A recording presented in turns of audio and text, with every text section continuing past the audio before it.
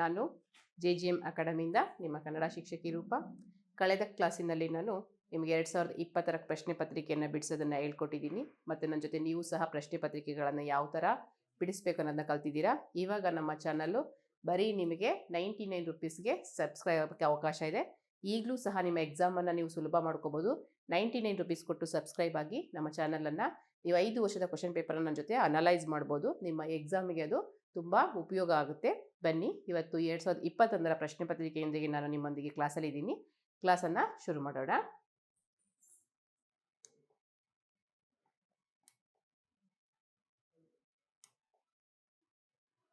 ನಿಮಗೆ ಸೂಚನೆಗಳು ಗೊತ್ತೇ ಇದೆ. ಪ್ರತಿ ಪ್ರಶ್ನೆಯಲ್ಲಿ 4 ಉತ್ತರಗಳನ್ನು ಕೊಟ್ಟಿರ್ತಾರೆ. ನೀವು ಕರೆಕ್ಟ್ ಆದಂತಹ ವಾಕ್ಯ ಸಮುದಾಯವನ್ನು ಓದಿ ಸರಿಯಾದಂತಹ ಆಯ್ಕೆಗಳನ್ನು ಎನ, ಬಿನ, ಸಿನ, ಡಿನ ಅಂತ ಅನಲೈಸ್ ಮಾಡಿ ಆನ್ಸರನ್ನು ಬರೀಬೇಕು. ಪ್ರತಿ ಪ್ರಶ್ನೆಯನ್ನು ನೀವು ತುಂಬ ಯೋಚನೆಯಿಂದ ಆನ್ಸರ್ ಮಾಡಬೇಕಾಗುತ್ತೆ. ಯಾಕೆಂದರೆ ಆರಾಮಾಗಿ ನೀವು ಒಂದು ಮಾರ್ಕ್ಸನ್ನು ಕಳ್ಕೊಳ್ಳಬಹುದು. ಅದೇ ನೀವು ಯೋಚನೆ ಮಾಡಿ ಬರೆಯೋದ್ರಿಂದ ಏನಾಗುತ್ತೆ, ನೀವು ಒಂದು ಅಂಕವನ್ನು ಪಡೆದುಕೊಳ್ಳಬಹುದು. ಅದಕ್ಕೆ ನೀವೇನು ಮಾಡಬೇಕು, ನಿಮ್ಮ ವಾಕ್ಯ ಸಮುದಾಯದಲ್ಲಿ ಒಂದು ಯಾವುದು ವಿಷಯದ ಬಗ್ಗೆ ಕೊಟ್ಟಿದ್ದಾರೆ ವಾಕ್ಯ ಸಮುದಾಯವನ್ನು ನೋಡಿ ಅದನ್ನು ಆಮೇಲೆ ಅದು ಎನ, ಬಿನ ಅಂತ ನೀವು ಸೆಲೆಕ್ಟ್ ಮಾಡಿ ಅದಕ್ಕೆ ಬೇಕಾದ ಸಂಭವನೀಯವಾದ ಉತ್ತರವನ್ನು ನೀವು ಕೊಡಬೇಕಾಗುತ್ತೆ. ನೋಡಿ ಮಕ್ಕಳ, ವಾಕ್ಯ ಸಮುದಾಯದಲ್ಲಿ ನಮಗೊಂದು ಚಿಕ್ಕ ಪುಟಾಣಿ ಸ್ಟೋರಿಯನ್ನು ಕೊಟ್ಟಿರ್ತಾರೆ. ಆ ಕಥೆಯನ್ನು ಓದಿ ನೀವು ಕೆಳಗಡೆ ಕೊಟ್ಟಂತಹ ಬಹು ಆಯ್ಕೆ ಪ್ರಶ್ನೆಗಳಿಗೆ ಉತ್ತರವನ್ನು ನೀಡಬೇಕಾಗುತ್ತೆ. ಏನಿದೆ ವಾಕ್ಯ ಸಮುದಾಯದಲ್ಲಿ? ದೀಪಕ್ ಉತ್ಸಾಹಿಯಾಗಿದ್ದಾನೆ. ಇವನು ಈತನ ಚಿಕ್ಕಪ್ಪ ಮತ್ತು ಚಿಕ್ಕಪ್ಪನ ಮಕ್ಕಳಾದ ಪ್ರೀತಾ ಮತ್ತು ರಿಯಾ ಜೊತೆಗೆ ಭಾನುವಾರ ಪಿಕ್ನಿಕ್ಗೆ ತೆರಳುತ್ತಿದ್ದಾನೆ. ನನ್ನ ಸ್ಟೋರಿಯಲ್ಲಿ ಒಬ್ಬ ನಾಯಕ ಇದ್ದಾನೆ. ಆ ನಾಯಕನ ಹೆಸರೇನು? ದೀಪಕ್.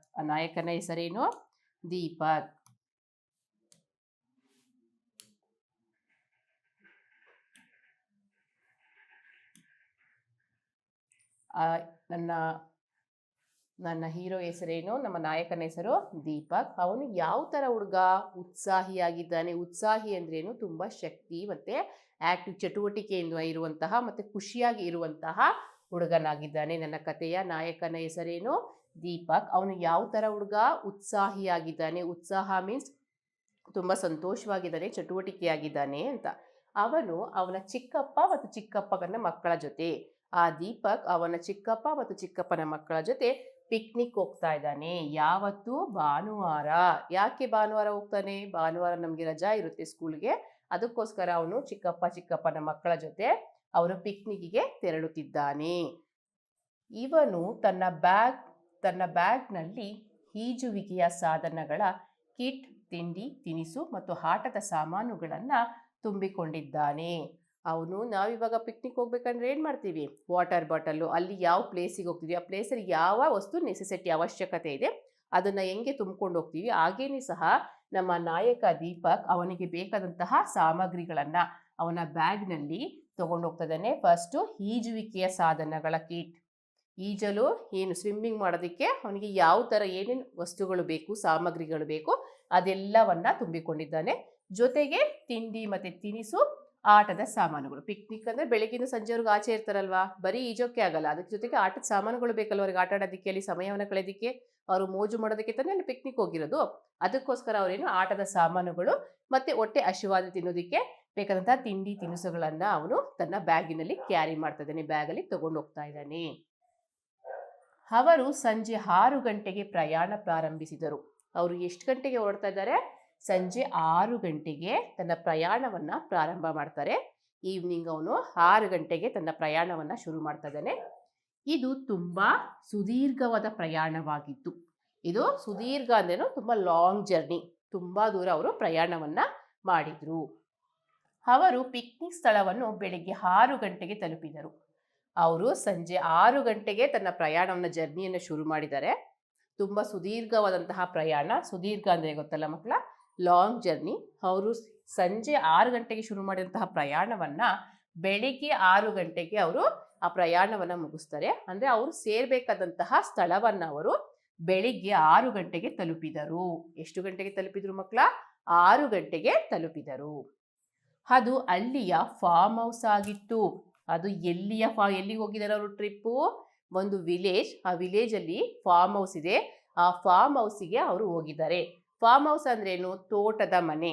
ಅಂದರೆ ತೋಟ, ಅಲ್ಲಿ ತೋಟ ಸುತ್ತ ಏನೇನು ಬೇಕು ಅದನ್ನೆಲ್ಲ ಹಾಕಿದ್ದಾರೆ. ಅಡಿಕೆ ತೋಟ, ಬಾಳೆ ಎಲ್ಲವನ್ನ ಹಾಕಿರ್ತಾರೆ. ಅಲ್ಲಿ ಅದನ್ನ ಫಾರ್ಮ್ ಹೌಸ್ ಅಂತ ಕರೀತಾರೆ. ತೋಟದ ಮನೆ, ಕನ್ನಡದಲ್ಲಿ ಫಾರ್ಮ್ ಹೌಸ್ಗೆ ಏನಂತೀವಿ ನಾವು? ತೋಟದ ಮನೆ. ಅವನು ಎಲ್ಲಿಗೆ ಹೋಗಿದ್ದಾನೆ ಪಿಕ್ನಿಕ್ ದೀಪಕ್? ಒಂದು ಫಾರ್ಮ್ ಹೌಸಿಗೆ, ಹಳ್ಳಿಯ ಒಂದು ಫಾರ್ಮ್ ಹೌಸಿಗೆ ಅವನು ಹೋಗಿದ್ದಾನೆ. ಅವರು ಭತ್ತ ಬೆಳೆದ ಪ್ರದೇಶವನ್ನು ನೋಡಲು ಹಳ್ಳಿಯ ಸುತ್ತಲೂ ನಡೆದಾಡಿದರು.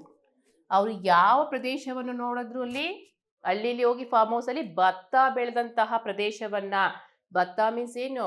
ನೀವು ಊಟ ಮಾಡ್ತಿರಲ್ವ ಅನ್ನ, ಅದನ್ನ ಅದು ಅಕ್ಕಿ ಆಗೋದಕ್ಕಿಂತ ಮುಂಚೆ ಅದನ್ನ ನಾವು ಭತ್ತ ಅಂತ ಕರಿತೀವಿ. ಆ ಭತ್ತ ಬೆಳೆಯುವಂತಹ ಪ್ರದೇಶವನ್ನ ಅವರು ನೋಡಲು ಅಲ್ಲಿ ಸುತ್ತಾಡಿದ್ರು, ನಡೆದಾಡಿದ್ರು.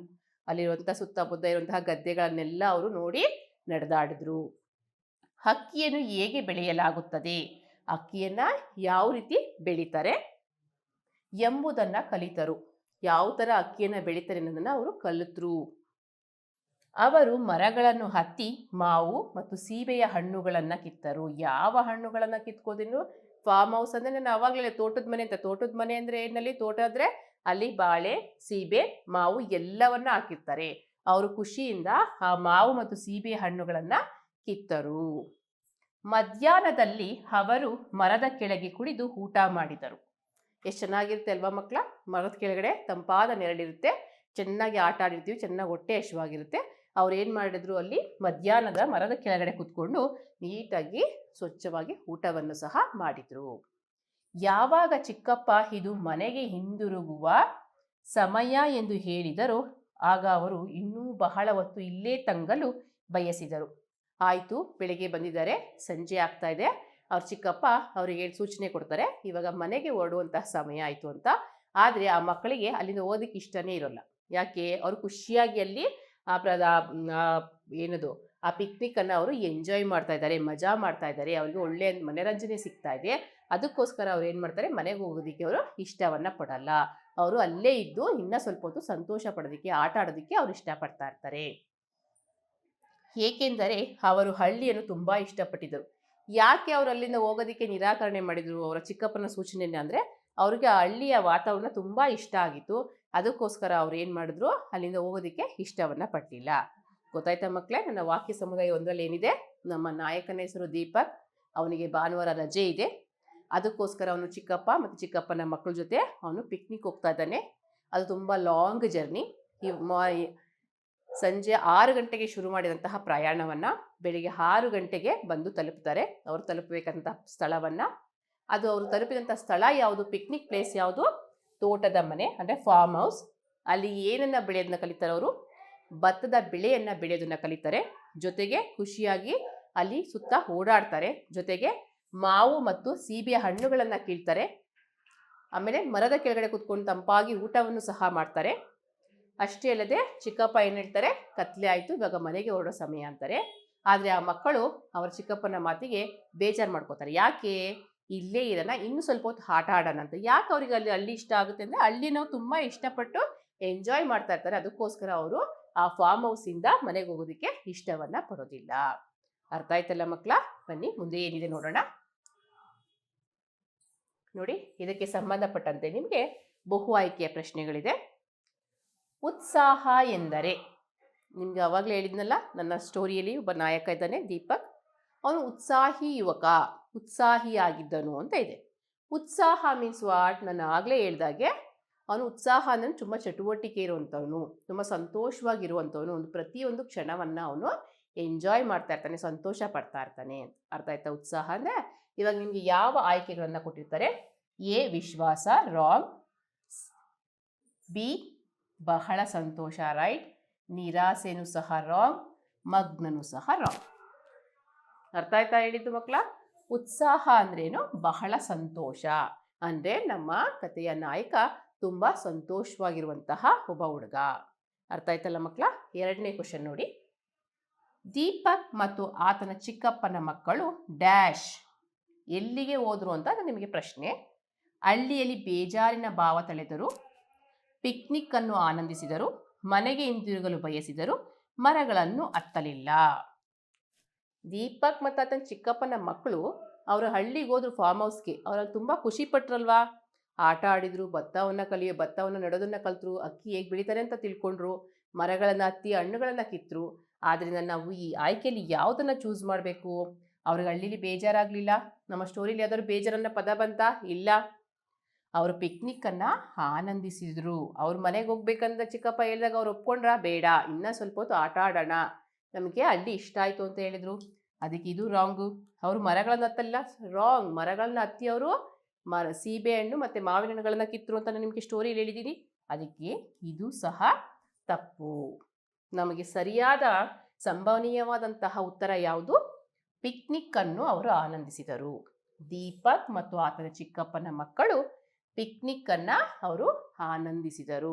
ಅರ್ಥ ಆಯ್ತಾ ಮಕ್ಕಳ? ಮುಂದಿನ ಪ್ರಶ್ನೆ. ದೀಪಕ್ ತನ್ನ ಡ್ಯಾಶ್ ರ ಜೊತೆಗೆ ಪಿಕ್ನಿಕ್ಗೆ ಹೊರಟನು. ನಾನು ನಿಮ್ಗೆ ಹೇಳಿದ್ದೀನಿ ಆಗಲೇ ಸ್ಟೋರಿಯಲ್ಲಿ. ನೀವು ನನ್ನ ಜೊತೆ ಕ್ಲಾಸಲ್ಲಿ ಕುತ್ಕೋಬೇಕಂದ್ರೆ ನಿಮ್ಗೆ ಹೇಳಿರ್ತೀನಿ ನಾನು ಲಾಸ್ಟ್ ಕ್ಲಾಸಲ್ಲೂ. ಒಂದು ಪುಸ್ತಕ ಮತ್ತು ಪೆನ್ ಜೊತೆಗೆ ಕುತ್ಕೊಳ್ಳಿ. ನೀವು ನಾನು ಹೇಳುವಂತಹ ಸ್ಟೋರಿಯನ್ನು ನೋಟ್ ಮಾಡ್ಕೋತಾ ಇದ್ರೆ ನೀವು ಇಲ್ಲಿ ಬರುವಂತಹ ಬಹು ಆಯ್ಕೆ ಪ್ರಶ್ನೆಗಳನ್ನು ಆರಾಮಾಗಿ ನೀವೇ ಅದಕ್ಕೆ ಉತ್ತರವನ್ನು ಕಂಡುಹಿಡ್ಕೋಬೋದು. ಅರ್ಥ ಆಯ್ತಲ್ಲ ಮಕ್ಕಳ? ಇವಾಗ ಮೂರನೇ ಪ್ರಶ್ನೆ ಏನಿದೆ? ದೀಪಕ್ ತನ್ನ ಡ್ಯಾಶ್ ರ ಜೊತೆಗೆ ಪಿಕ್ನಿಕ್ಗೆ ಹೊರಟನು. ದೀಪಕ್ಕು ಯಾರ ಜೊತೆ ಹೋದ್ನ ಪಿಕ್ನಿಕ್ಗೆ? ಅವನೊಬ್ಬನೇ ಹೋದ್ನ? ಇಲ್ಲ. ಪೋಷಕರ ಜೊತೆ ಹೋದ್ನ? ಇಲ್ಲ, ಪೋಷಕರ ಜೊತೆ ಹೋಗ್ಲಿಲ್ಲ. ಅವನು ಫ್ರೆಂಡ್ಸ್ ಜೊತೆ, ಸ್ನೇಹಿತರ ಜೊತೆ ಹೋದ್ನ? ಇಲ್ಲ. ಸಹೋದರಿಯ ಜೊತೆ ಹೋದ್ನ? ಸಿಸ್ಟರ್ ಜೊತೆ ಹೋದ್ನ? ಇಲ್ಲ. ಅವನು ಹೋಗಿದ್ದು ಚಿಕ್ಕಪ್ಪ ಮತ್ತು ಚಿಕ್ಕಪ್ಪನ ಮಕ್ಕಳ ಜೊತೆ. ಅವನು ಯಾರ ಜೊತೆ ಹೋದ ಟ್ರಿಪ್ಪಿಗೆ, ಪಿಕ್ನಿಕ್ಕಿಗೆ? ಚಿಕ್ಕಪ್ಪ ಮತ್ತು ಚಿಕ್ಕಪ್ಪನ ಮಕ್ಕಳ ಜೊತೆ ಹೋದ. ಪಿಕ್ನಿಕ್ ಸ್ಥಳವು ಒಂದು ಡ್ಯಾಶ್ ಆಗಿತ್ತು. ಅವನು ಹೋದಂತಹ ಪಿಕ್ನಿಕ್ ಸ್ಥಳ ಯಾವ ಥರ ಇತ್ತು? ಉದ್ಯಾನ? ರಾಂಗ್. ಸಮುದ್ರ ದಡ? ರಾಂಗ್. ಹಳ್ಳಿ? ರೈಟ್. ಅವನು ಹೋಗಿದ್ದು ಒಂದು ಹಳ್ಳಿಯ ಫಾರ್ಮ್ ಹೌಸಿಗೆ. ಈಜುಕೊಳ? ಇದೂ ಸಹ ರಾಂಗ್. ನಮಗೆ ಸರಿಯಾದ ಉತ್ತರ ಯಾವುದು? ಹಳ್ಳಿ. ಅವನು ಎಲ್ಲಿಗೆ ಹೋಗ್ತಾನೆ? ಪಿಕ್ನಿಕ್ಗೆ ಸ್ಥಳವಾಗಿ ಹಳ್ಳಿಯನ್ನು ಆಯ್ಕೆ ಮಾಡ್ಕೊಂಡವರು ಒಂದು ಹಳ್ಳಿಯ ಫಾರ್ಮ್ ಹೌಸಿಗೆ ಹೋಗ್ತಾರೆ. ಅರ್ಥ ಆಯ್ತಲ್ಲ ಮಕ್ಕಳ? ಮುಂದಿನ ಪ್ರಶ್ನೆ. ಚಿಕ್ಕಪ್ಪನು ದೀಪಕನಿಗೆ ಹೇಗೆ ಡ್ಯಾಶ್ ಎಂಬುದನ್ನು ತೋರಿಸಿದನು? ಚಿಕ್ಕಪ್ಪ ಅವನಿಗೆ ಏನನ್ನ ತೋರಿಸಿದ್ರು? ಅವ್ರು ಹೋಗಿದ್ದು ಪಿಕ್ನಿಕ್ಕಿಗೆ. ಎಲ್ಲಿಗೆ? ಹಳ್ಳಿಯ ಒಂದು ಫಾರ್ಮ್ ಹೌಸಿಗೆ. ಆ ಫಾರ್ಮ್ ಹೌಸಲ್ಲಿ ಏನು ಬೆಳೀತಾ ಇದ್ರು ಅಂತ ಹೇಳಿದೆ ನಾನು? ಭತ್ತವನ್ನು ಬೆಳೀತಾ ಇದ್ರು ಅಂದೆ. ಅವ್ರು ಏನು ಕಲ್ತರು ಅಂತ ಹೇಳಿದೆ? ಅಕ್ಕಿಯನ್ನು ಯಾವ ಥರ ಬೆಳೀತಾರೆ ಅಂತ ಕಲ್ತರು, ಮತ್ತು ಭತ್ತ ನೆಡೋದನ್ನು ಯಾವ ಥರ ಅಂತ ಕಲ್ತರು. ಇಲ್ಲಿ ಕೊಟ್ಟಿರುವಂಥ ಆಯ್ಕೆಗಳನ್ನು ನೋಡಿ. ನಾವು ತಿನ್ನುತ್ತೇವೆ? ನೋ, ನಮಗೆ ನಮ್ಮ ಸ್ಟೋರಿಲಿ ಅದು ಬರಲೇ ಇಲ್ಲ. ಈಜುತ್ತೇವೆ? ಈಜೋದು ಬರಲಿಲ್ಲ. ವಾಹನ ಸವಾರಿ ಮಾಡ್ತೇವೆ? ನೋ, ಇದು ಸಹ ತಪ್ಪು. ಅವರು ಏನನ್ನ ಬೆಳೆಯಲ್ಪಡುತ್ತದೆ ಅನ್ನೋ ತೋರಿಸಿದ್ರು?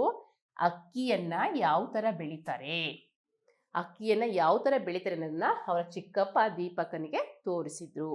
ಅರ್ಥ ಆಯ್ತಲ್ಲ ಮಕ್ಕಳ? ಮುಂದಿನ ಪ್ರಶ್ನೆ ನೋಡಿ ಮಕ್ಕಳ. ಒಂದು ವಾಕ್ಯ ಸಮುದಾಯಕ್ಕೆ 4 ಪ್ರಶ್ನೆಗಳಿರುತ್ತೆ. 4ಕ್ಕೂ ಸರಿಯಾಗಿ ಉತ್ತರ ಬರೆದ ನಿಮಗೆ 4 ಮಾರ್ಕ್ಸ್ ಇರುತ್ತೆ. ಈಗ ಮುಂದಿನ ವಾಕ್ಯ ಸಮುದಾಯ. ನಮ್ಮ ಚಾನಲನ್ನು ನೀವು ಸಬ್ಸ್ಕ್ರೈಬ್ ಆಗಬೇಕಂದ್ರೆ 99 ರುಪೀಸನ್ನು ಕೊಟ್ಟು ಸಬ್ಸ್ಕ್ರೈಬ್ ಆಗಿ 5 ವರ್ಷದ ಪೇಪರನ್ನು ನಾನು ಅನಲೈಸ್ ಮಾಡ್ತೀನಿ.